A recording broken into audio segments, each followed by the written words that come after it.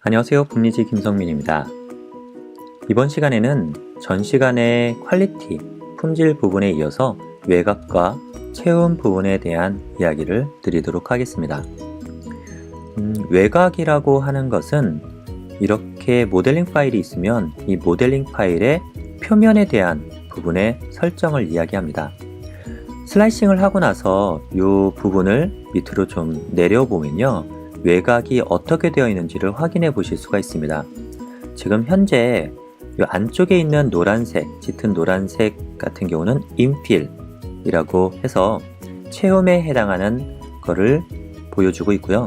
그리고 외곽에 보면 쉘이라고 표현도 하고요, 워라고 표현도 합니다.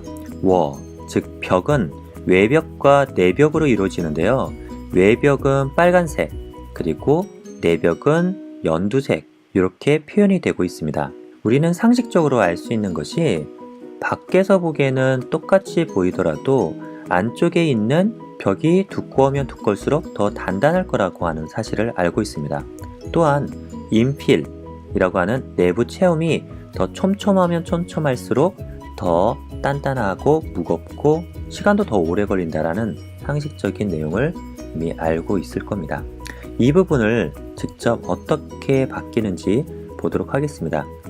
벽 두께 같은 경우는요, 이렇게 외곽을 눌러보시게 되면 벽 두께를 길이로 설정할 수도 있고 벽 두께 수로 설정할 수도 있습니다. 마찬가지로 상하단 두께, 영어로는 탑 바텀이라고 하는데요, 탑 바텀 상하단 두께를 두께 길이로 할 수도 있고요, 상하단 레이어 수로 할 수도 있습니다. 이 부분을 몇 가지 중요한 포인트를 설명드리도록 하겠습니다. 예를 들어 벽 두께가 지금 현재 0.8, 선 두께도 여러분들의 혼란을 방지하기 위해서 0.4로 바꿔놓도록 하겠습니다. 벽 두께가 0.8로 되어 있는데요, 0.8이 아니라 1.2라고 한번 해보겠습니다. 1.2는 0.4의 3배이기 때문에 벽을 3번 긋는 방식이 되겠습니다. 한번 그렇게 되는지 볼까요? 네, 아까 전에는 빨간색 하나, 그리고 초록색 하나, 이렇게 해서 두 겹이 되어 있었다면 지금 1.2, 0.8에서 1.2로 바꾸고 나니까 3겹, 빨간색 하나와 초록색 두 겹에서 모두 3겹의 벽이 형성된 걸 볼 수가 있습니다. 이렇게 하게 되면 벽이 더 단단해지겠죠. 네. 상하단 두께라고 하는 것은 가장 밑의 면과 가장 상단 위의 면의 두께를 이야기합니다. 지금 현재 1레이어를 형성하고요, 그 다음에 2레이어를 넓게 펼쳐서 이렇게 만들었습니다. 3레이어까지 볼까요? 네, 3레이어도 이렇게 나와 있고요. 다음으로 한 번만 더 해보겠습니다. 4레이어. 자, 지금 저희는 층 높이를 0.2로 했습니다.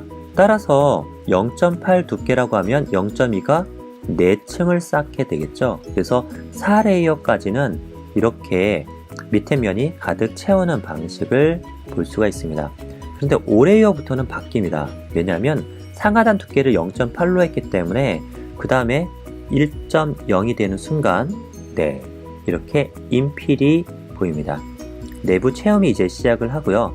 내부 체험을 하다가 쭉 올라가다 보면요, 맨 위에 상단에 94, 95, 96까지는 내부 체험으로 이루어져 있고 97부터 이게 모두가 100레이어까지 있거든요. 그래서 97, 98, 99, 100 하는 4개 레이어를 보시면요, 97, 자, 그렇죠?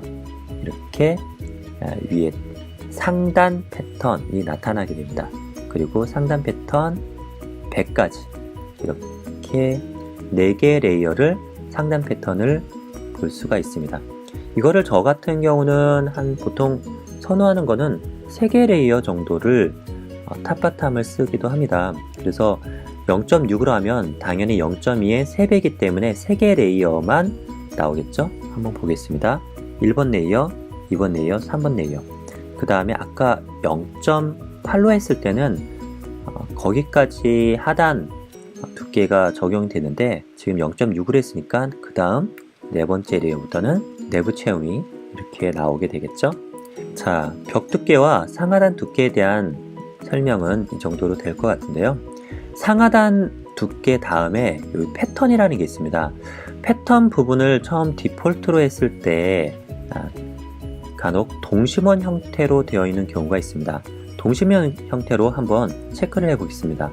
그러면 밑에 부분의 패턴이 아까처럼 사선으로 되는 게 아니라 이와 같이 동심원으로 뱅글뱅글 돌면서 이렇게 진행되기 때문에 밑에서 출력 이후에 떼어서 보면 이게 X자 모양으로, 이 큐브 같은 경우는 X자 모양으로 볼 수가 있고요. 원형이나 이런 형태의 모델링 같은 경우는 계속 동심원이 몇 개가 그려져 있는 걸 확인해 보실 수가 있습니다. 물론 이거는 호불호, 내가 어떤 모델링을 하느냐에 따라 이런 패턴도 바꿀 수 있으면 좋은데요. 일반적인 경우는 라인 형태가 제일 무난한 것 같습니다. 라인으로 두고 진행하시면 될 것 같고요. 그리고 여기에 외곽 부분에 아주 중요한 기능 중에 하나가 여기 있는 수평 확장, 영어로는 Horizontal Expansion 이라고 하는 기능인데 이거 굉장히 중요합니다. 그리고 다림질 사용이라고 되어 있는데 Enable Ironing 이라고 되어 있는 아이어닝, 다림질 기능입니다. 요거는 제가 특수 기능이라고 해서 별도로 만들어 놨습니다. 그래서 별도 영상을 통해서 확인해 보시면 되겠는데요. 기본적인 내용에서는 요 부분만 알고 있으시면 되고요. 그 다음에 조금 더 내가 좀 새로운 기능들, 또 추가적인 고급 기능을 알고 싶다 하시는 분들은 이 부분을 참조해 주시면 아주 새로운 세상을 경험하게 되실 겁니다. 다음으로는 인필, 내부 체험으로 넘어가도록 하겠습니다. 앞서서 제가 간단하게 설명드린 바와 같이 내부 체험의 밀도를 바꾸게 되면 이 촘촘함 정도가 바뀌게 됩니다. 당연히 이전 20%보다는 아주 꽉꽉 채워 있기 때문에 더 세고 단단한 형태의 큐브가 되겠습니다. 네, 그리고 이번에 3.6이 들어오면서 새롭게 생긴 내부 체험 패턴이 있습니다. 그것은 다름 아닌 자이로이드라고 하는 건데요. 저는 최근에 자이로이드 형태를 굉장히 많이 사용하고 있습니다. 자이로이드 형태라고 하는 것은 한번 직접 보시면 좋습니다. 네, 이렇게 된 건데요. 되게 신기하죠? 세로 물결, 가로 물결이 계속 연속적으로 있어서 모두가 이어진 형태로 내부 체험이 이루어지고 있습니다.